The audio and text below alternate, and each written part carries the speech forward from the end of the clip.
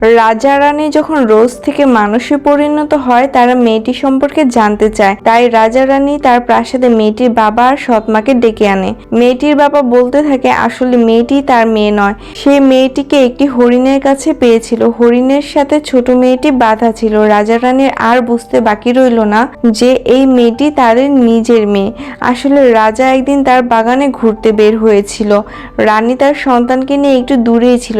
সে দেখলো একটি ডাইনি রাজাকে রোজ দেয়, কিন্তু রাজা বলে সে কোনো ডাইনি থেকে রোজ নিবে না। তাই ডাইনি রেগে যায় আর রাজাকে ব্ল্যাক রোজ বানিয়ে ফেলে আর রানীকে খুঁজতে থাকে। এইসব দেখে রানী তার সন্তানকে তার পোষা হরিণের সাথে বেঁধে ছেড়ে দেয় আর তারপর রানীকে রেড রোজ আর প্রহরীদেরকে ব্যাঙ বানিয়ে ফেলে। রাজা মেয়েটির বাবাকে পুরস্কৃত করে এবং রাজা রানী খুশিতে জীবনযাপন করতে থাকে তাদের মেয়েকে নিয়ে।